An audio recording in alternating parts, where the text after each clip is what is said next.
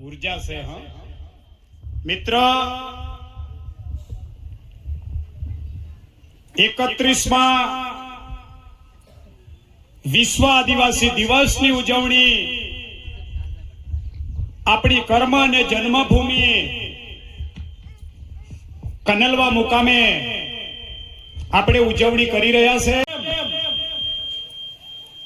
એનાથી હું તમને અવગત કરીશ। આપ બધા કન્ફ્યુઝ હશો। એજ્યુકેટેડ મિત્રને ખબર છે, પણ ઘણા બધા આપણા વડીલોને ખબર નથી। તો આ તબક્કે આપણા કનલવા ગામના સરપંચ શ્રી કનુભાઈ તેમજ આપણા જિલ્લા પંચાયતના સદસ્ય શ્રી સુરેશભાઈ, તાલુકા પંચાયતના સદસ્ય અરુણાબેન અને ગામના પટેલો, પટ્યા પૂજારાઓ અને આ કાર્યક્રમને જે સફળ બનાવવાનું છે રાત દિવસ મહેનત કરી એવા યુવાનો સાથી મિત્રો અને આ તબક્કે આપણા મહાપુરુષોને કેમ ભૂલીએ, જે આપણા ખત્રી સ્વરૂપે જે આપણા માટે લડીને જે બલિદાન આપી દીધું, જેના બદોલત આ ધરતી પર આપણે બેઠા એવા આપણા ખત્રી મહાપુરુષો। મિત્ર, મારી વાતને આગળ ધપાડતા આ ભારત દેશ છે, એ ભારત દેશ જેવો એક દેશ છે જે દેશનું નામ છે બ્રાઝીલ। એ બ્રાઝીલ ભારત જેવો એક દેશ છે, નાનકડો દેશ છે। ત્યાં એક રિયો ડી જાનેરો નામનું એક શહેર આવેલું છે અને રિયો ડી જાનેરો એક નામનું શહેર છે બ્રાઝીલમાં। ત્યાં પૃથ્વી પરિષદ થયું અને પૃથ્વી પરિષદમાં નક્કી કરવામાં આવ્યું કે આ પૃથ્વી કે ધરતી વિનાશમાંથી જો બચાવવું હોય, આ પૃથ્વી કે ધરતીને ધરતીકંપથી જો બચાવવું હોય અને આ ધરતી ટકવાની નથી લાંબી, કારણ કે આ ધરતીમાંથી ખૂબ મોટા પ્રમાણમાં ખનિજ કાઢવામાં આવે છે અને આ ધરતીમાંથી ગ્લોબલાઇઝેશનના કારણે વરસાદ પૂરતા પ્રમાણ ન હોવાના કારણે ધરતી લાંબી ટકી શકે એવી ચાન્સીસો દેખાતા નથી। એટલે આ લોકો બ્રાઝીલના રિયો ડી જાનેરોમાં પૃથ્વી પરિષદ થયું। એમાં 194 દેશના રાષ્ટ્રપતિઓ, વૈજ્ઞાનિકો, બુદ્ધિજીવી લોકો અને ખૂબ મહાન તજજ્ઞોએ બેઠા 1982 અને છેલ્લે અમને નિચોડ કાઢ્યો કે આ ધરતીને જો લાંબી ટકાવવી હોય તો આ ધરતી પરના જે રેતા લોકો જે છે તે આપણે મૂળ નિવાસી આદિવાસી લોકો છે અને આદિવાસી જે લોકો છે એ પ્રકૃતિનું હંમેશા રક્ષણ કરે અને ધરતી માતા જોડે જોઈતું હોય એટલું લે અને કોઈ દિવસ સંગ્રહ ના કરે, જંગલો નહીં કાપે અને સૌથી મોટું રખેવાળ કરતા હોય તો આદિવાસી લોકો છે। તો એમની જે પૂજા પદ્ધતિ છે એને આપણે શીખવું પડે। એના માટે એ લોકો નક્કી કર્યું કે પૃથ્વી પરના જે આદિવાસી લોકો છે એમની સંસ્કૃતિને જો બચાવીશું, એમની ધરોહરને બચાવીશું તો આ પૃથ્વી ટકશે। પણ પૃથ્વીને ટકાવવા માટે આદિવાસીઓને બચાવવા પડે। આદિવાસી બચે તો એમની જે પૂજા પદ્ધતિ છે બચે અને બચે તો આ ધરતી બચે। એના માટે 1982 આદિવાસીઓને વિશ્વ આદિવાસી દિવસ તરીકેની ઘોષણા કરવા માટેની પૃથ્વી પરિષદમાં નક્કી થયું અને વિધિવત 1994 યુનાઇટેડ નેશને એની ઘોષણા કરી 1994 વિશ્વ આદિવાસી દિવસ તરીકેની। મિત્ર, તમને એક વાત કહેતા મને ખુશી થાય છે કે ભારત દેશની અંદર માત્ર આદિવાસી એટલા જ રહે એવું નથી। આ ગુજરાતની અંદર માત્ર આદિવાસી એટલા રહે એવું નથી। આ ગુજરાત અને ભારતની અંદર વાણિયા, બ્રાહ્મણ, પટેલ અનેક જાતિના લોકો રહે છે, પરંતુ એમને વિશ્વ આદિવાસી દિવસ તરીકે કે પછી એમની જાતનો કોઈ દિવસનો ઉલ્લેખ કરવામાં નથી આવ્યો। આપણો જ કેમ, તો એનો મૂળ આશય આ છે। એટલા માટે પછી 1995 યુનાઇટેડ નેશને વિધિવત આખી દુનિયાની અંદર વિશ્વ આદિવાસી દિવસ તરીકેની ઉજવણીની શરૂઆત થઈ અને આજે આપણે ઉજવતા 31મું આ સંમેલન થયું. આનો મૂળ ઉદ્દેશ છે એટલે ધરતીને જો બચાવવું હોય તો પહેલા આદિવાસીઓને બચાવવું પડે. કારણ કે આદિવાસી આ ધરતીનું ઓછામાં ઓછું શોષણ કરે. માની લો આ નદી છે, આ નદીમાંથી તમારે રેતી લેવી હોય તો તમારે મકાન બનાવવા પૂરતું એક ટ્રેક્ટર જોઈએ તો એક જ ટ્રેક્ટર લઈએ આપણે. પરંતુ આપણા લોકો ક્યારે ઘરના આંગણામાં ઢગલો નથી મારતા. જ્યારે જંગલમાં ફળ ફૂલ લેવું હોય તો આપણા બાપ દાદાઓ જંગલમાંથી એને ભોગ આપે, ચોખા કે સિંદૂર, અને પછી જંગલમાંથી ફળ ફૂલ લેતા હતા. આટલી ઊંચી તો સંસ્કૃતિ છે આખી દેશ અને દુનિયામાં આદિવાસી સમાજની. અને આદિવાસીઓ પરથી સાચી લોકશાહી શીખવી જોઈએ આ બીજા લોકોએ. આનો મૂળ ઉદ્દેશ સમજ પડીને વિશ્વ આદિવાસી દિવસ શા માટે સમજી ગયા ને? એટલા માટે આપણે આ વિશ્વ આદિવાસી દિવસ આપણે ઉજવી રહ્યા છીએ. હવે બીજી વાત મિત્રો, આપણે રાજા છે. રાજા તમે માનો છો રાજા? કારણ કે આપણને બીજો ઇતિહાસ ભણાવી દીધો એટલે આપણે રાજામાંથી રંક થયા, રંકમાંથી આજે મજૂર થયા અને મજૂરમાંથી આપણે ધીરે ધીરે ગુલામ બનતા ગયા અને આજે આપણે ગુલામ છે. બાકી 3જી સદીથી લઈને 18મી સદી સુધી આ ભારત દેશમાં આ ભીલ રાજાઓનું શાસન હતું. પરંતુ આપણને જે સ્કૂલના સિલેબસ પુસ્તકમાં આપણો ઇતિહાસ ભણાવવામાં નથી આવ્યો અને આપણને જો ઇતિહાસ નથી ભણાયો એટલા માટે આપણે કોણ હતા એની ઓળખ આપણને સાચા અર્થમાં ખબર નથી. એટલા માટે હું કહું છું કે આપણે રાજા છે, આપણે કોઈ ફાટેલા તૂટેલા અને ખરાબ લોકો નથી. આ દેશની અંદર આપણે બહુ શાંતિથી જીવતા હતા. આપણી જિંદગી બહુ શાંતિ હતી અને તમે મેં બધા ભણ્યા એ સ્કૂલના સિલેબસમાં આપણને આર્ય ભારતમાં આવ્યા. અનાર્ય ને આર્યનું યુદ્ધ થયું.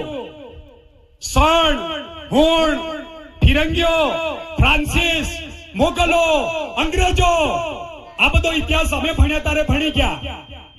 પણ સાચા અર્થમાં હમણાંના જે દીકરાઓ છે એમને મોગલો કોણ હતા, આર્ય કોણ હતા, ફિરંગીઓ કોણ હતા, અંગ્રેજો કોણ હતા, જેનો કોઈ સ્કૂલના સિલેબસમાં એના પાઠ્યપુસ્તકમાં પાઠ ન હોવાના કારણે આવનારી જે જનરેશન છે પેઢી એને ખબર જ નથી. એટલા માટે હું કહું છું ઘણા બધા મિત્રો આપણા રાજકીય પાર્ટી સાથે સંકળાયેલા છે, પર્સનલી કોઈએ લેવાની જરૂર નથી. જે ગાંધીનગર અને દિલ્હીમાં જે આપણા પર રાજ કરે છે ને એ લોકો સાચા અર્થમાં આર્યની ઓલાદો છે. કોણ છે? આર્યની ઓલાદો. અને એ આર્ય ભારતના નથી મિત્રો. આજથી 5000 વર્ષ પહેલા લિપિ, ભાષા અને સંસ્કૃતની ખોજમાં આ ભારત તરફ મધ્ય એશિયાથી ભારતમાં આવેલા અને જે પંજાબમાંથી પાકિસ્તાનમાં જે સિંધુ નદી વહે છે એના બાજુના પટ્ટ પ્રદેશમાં અનાર્ય લોકોનો માનવ સમૂહ રહેતો હતો. અનાર્ય એટલે આપણા લોકો. અને એમની વેદના કીધી, એમનું દુઃખ કીધું અને હંમેશા આપણો સમાજ એટલે ભોળો સમાજ એમની વેદનાઓ સાંભળી અને એમને રાખ્યા, ખવડાયા. અંતે ધીરે ધીરે આપણી કમજોરી જોઈ અને કમજોરી જોઈને આપણા પર એ લોકો એટેક કરવાનું ચાલુ કર્યું અને એમના માનસિક ત્રાસથી કંટાળીને આપણા મહાપુરુષો પહાડી વિસ્તાર પકડ્યો અને એ લોકો સપાટ પ્રદેશ કેપ્ચર કર્યો. આ ઇતિહાસ આર્યનો છે અને એ લોકો 3% આખા દેશમાં આ દેશની મૂળ નિવાસી પબ્લિક પર રાજ કરે છે. એ આપણા બાપ નથી, એ પરોણા આવેલા છે. કોણ છે? પરોણા. પણ આજે પરોણામાંથી માલિક બની ગયા અને માલિક આજે ગુલામ બની ગયા. બરાબર? બાકી અહીંયા ઘણા બધા બાળકોને કહે છે અંગ્રેજો ભારતમાં શા માટે આવેલા? અંગ્રેજો આ દેશને ગુલામ બનાવવા માટે નતા આવ્યા. અંગ્રેજોનું માત્ર કામ વેપાર કરવાના હેતુથી ઈસ્ટ ઇન્ડિયા નામની કંપની લઈને આજથી 250 વર્ષ પહેલા ભારતમાં આવેલા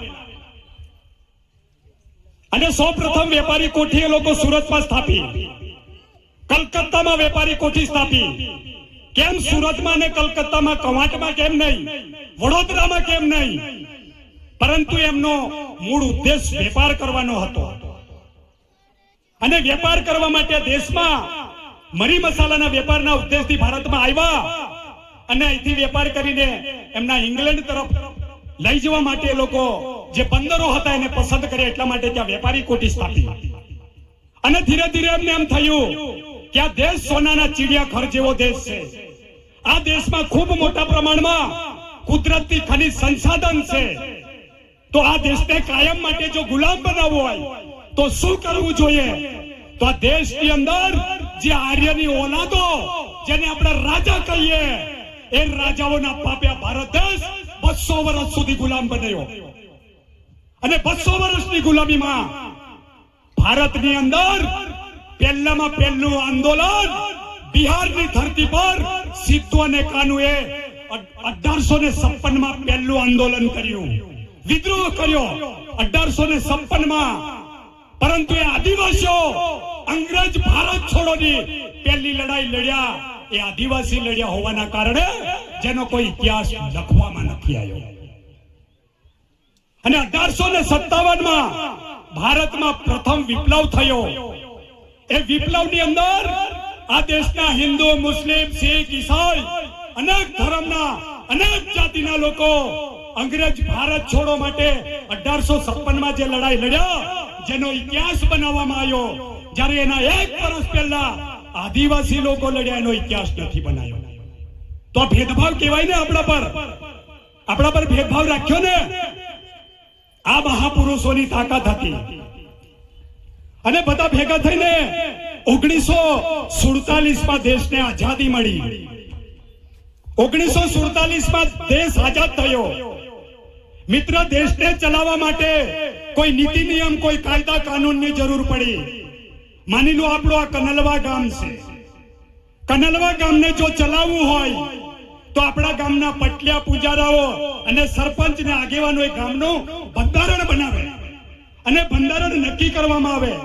આપણે દેજ લેવાનું કે નહીં લેવાનું, ભૂર લેવાનું કે નહીં લેવાનું, રીત લેવાની કે નહીં લેવાનું, તહેવાર કરવો તો ક્યારે કરવો, આ સામૂહિક આપણે નિર્ણય લેતા હતા, એને બંધારણ કહેવાય. એવી રીતના ભારત દેશને ચલાવવા માટે દેશ આઝાદ થયો અને દેશને ચલાવવા માટે 1948 માં ભારત દેશનું બંધારણ બનાવવા માટે બાબા સાહેબ આંબેડકર જે બંધારણીય કમિટીના અધ્યક્ષ રહી અને 2 વર્ષ 11 મહિના અને 18 દિવસ સુધી અથાગ પ્રયાસ કરી દુનિયાનું સૌથી મોટું લેખિત બંધારણ આ ભારતને પૂરું પાડ્યું મિત્રો. અને બંધારણના લીધે તમને, મને અને બીજા બધાને સમાનતાનો અધિકાર મળ્યો. બધાને સમાનતાનો અધિકાર મળ્યો. જ્યારે આદિવાસી લોકોને આર્થિક, સામાજિક, શૈક્ષણિક અને રાજનીતિક, આર્થિક વાણિયા, બ્રાહ્મણ, પટેલોની હરોળમાં આદિવાસી લોકો રૂપિયા ટકાવાળા સક્ષમ ના થાય ત્યાં સુધી ભારત દેશના બંધારણમાં આર્થિક અનામત રહેશે. સામાજિક, આજે પણ તમારો મારો દીકરો સૌરાષ્ટ્ર અને કચ્છમાં કોઈ મેડિકલની MBBS નું ભણવા જાય, કોઈ એન્જિનિયરિંગ કરવા જાય, કોઈ ફાર્મસી કરવા જાય, એવન કોઈ આપણામાંથી નોકરી કરવા જાય, તો આજે પણ સૌરાષ્ટ્ર અને કચ્છમાં આપણા લોકો પર ભેદભાવ રાખી આપણને સોસાયટીમાં મકાન આપવામાં આવતું નથી. આ પરિસ્થિતિ, આર્થિક સમાનતા પણ આજે આખા દેશમાં છૂવાછૂત છે. શૈક્ષણિક, જ્યાં સુધી વાણિયા, બ્રાહ્મણ, પટેલની હરોળમાં આદિવાસી લોકો ક્લાસ 1, ક્લાસ 2 અધિકારી 1/3 બહુમત ના થાય ત્યાં સુધી શૈક્ષણિક અનામત હશે. અને મિત્ર, રાજનીતિક અનામત માત્ર 10 વર્ષ પૂરતી આપી. કેટલા વર્ષ પૂરતી? 10 વર્ષ પૂરતું આપણે રાજકીય અનામત આપેલું. અને રાજકીય અનામત એટલા માટે આપવામાં આવ્યું કે આપણા વિસ્તારનો કોઈ પણ ચૂંટાયેલો ધારાસભ્ય વિધાનસભામાં જાય અને આ વિસ્તારના જે બી પડતર પ્રશ્ન હોય, આ વિસ્તારની જે માંગ હોય, એને ત્યાં પ્રતિનિધિત્વ કરવા પડે. આ વિસ્તારના પ્રશ્નનો અવાજ ઉઠાવવો પડે. આ વિસ્તારની પબ્લિકની વિરોધમાં સત્તામાં બેહેલા લોકો ખોટા બિલ પાસ કરે તો એ ધારાસભ્ય ત્યાં આર્ગ્યુમેન્ટ કરવી પડે. એના માટે આદિવાસી સમાજમાંથી પણ પ્રતિનિધિત્વ રહે, એના માટે આપણને રાજકીય અનામત આપી. હવે 10 જ વર્ષ પૂરતી અનામત આપી, પણ એ અનામત એ લોકો કાઢી નથી. એ અનામત ચાલુ જ છે. પણ એમને ખબર છે બરાબર ગુલામ પકડાયેલા છે. કેવા? આજે ચૂંટાઈને જાય છે ને ગુલામ નેતાઓ પકડાયેલા છે. એટલે હું કામ એની વાત કરે? એવ્યા ચૂંટાઈને એમને ફરી વળતા હોય ને તેવ્યા રાજકીય અનામત 10 વર્ષ પૂરતી આપેલી. હાવ કાઢો એમ કરે. પણ કાઢે કેવી રીતના?